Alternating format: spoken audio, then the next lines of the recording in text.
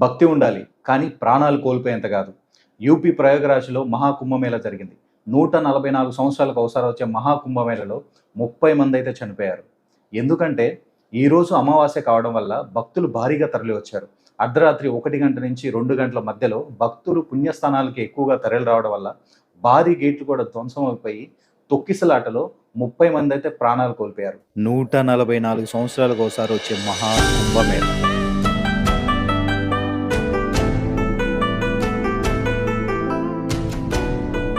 అఘోరాలు,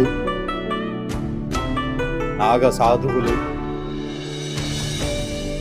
44 రోజుల పాటు జరిగే పుణ్య స్నానాలు,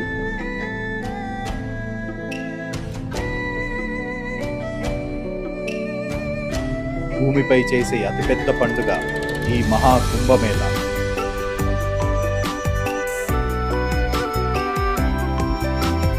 ఏకంగా 10 కోట్ల మంది జనాభా అయితే అంచనా అయితే వేశారు. సో అంతకు తగ్గట్టుగానే జనాభా వచ్చారు. 144 సంవత్సరాలకు ఒకసారి జరిగే ఈ మహాకుంభమేళకి భారీగా భక్తులు తరలి వస్తారని గవర్నమెంట్‌కి అయితే తెలుసు. కానీ ఎక్కడ కూడా భద్రత ఏర్పాటు చేయలేదని అందరూ అనుకుంటున్నారు. కానీ అంతమందికి భద్రత ఏర్పాటు చేయాలంటే చాలా కష్టం. ప్రజలు కూడా చూసుకొని వెళ్ళాలి. ఏదో భక్తి మనకు పుణ్యం వస్తది ఆ స్నానాలు చేస్తే అని చెప్పేసి ఒక్కసారిగా తరలి వెళ్తే ఇలాగే భారీ నష్టం అయితే జరుగుతది. భక్తి అంటే ఏదో ఆ రోజే చూపించేది కాదు. మనకి ప్రతిరోజు ఉండాలి. మన మనసులో ఉండాలి భక్తి అనేది. ఏదో శనివారం పోయి, ఆదివారం పోయి దేవుడు మొక్కేసి మిగతా రోజులు అన్ని పాపాలు చేసేసి గుడికెళ్తే పాపం అయితే పోదు. ఏదో స్నానం చేస్తే పుణ్యం వస్తుంది. ఇన్ని రోజులు పాపాలన్నీ చేసి మళ్ళీ స్నానం చేస్తే పుణ్యం వస్తుంది అనేది అంత అమాయకత్వం. అంత వృధా దానివల్ల. మనం మంచిగుంటే, మన మనసు మంచిగుంటే భక్తి అనేది ఆటోమేటిక్‌గా ఉంటుంది. ఆ దేవుడి కృప కూడా మనపై ఉంటుంది. సో ఇలాంటి పిచ్చి అన్నీ మనం చేసుకొని మన ప్రాణాలైతే కోల్పోతున్నాం. ఏదో ఆ రోజే వెళ్తే పుణ్యం వస్తుందనేది చాలా అమాయకత్వం అది. నువ్వు చేసే మంచి పనిని బట్టి ఆ దేవుడు నీపై ఉంటాడు. అంతేగాని నువ్వు పాపాలు చేసి ఒక్కసారి పుణ్యస్థానానికి వెళ్ళి స్నానం చేస్తే ఆ పాపం అంతా పోతుంది, దేవుడు మనపై చూస్తాడు అనేది రాంగ్.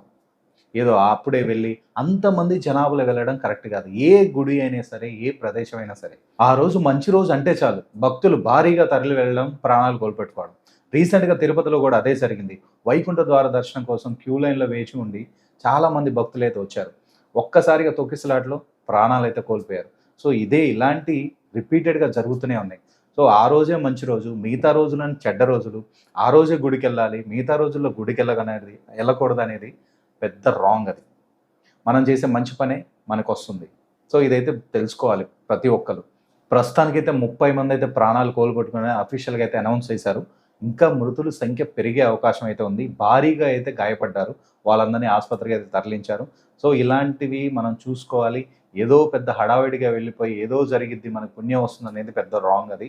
ఉత్త రోజులు వెళ్ళినా కానీ అదే పుణ్యం, మామూలు రోజులు వెళ్ళినా కానీ అదే పుణ్యం. మామూలు రోజులు వెళ్ళినా కానీ మనకు పుణ్యం వస్తుంది. ఏదో ఆ రోజు వెళ్తే మనకు పుణ్యం అయితే రాదు. సో ఇది యూపీలో జరిగినంత ఇష్యూ అయితే. సో చాలా పెద్ద ఇష్యూ అయితే జరిగింది.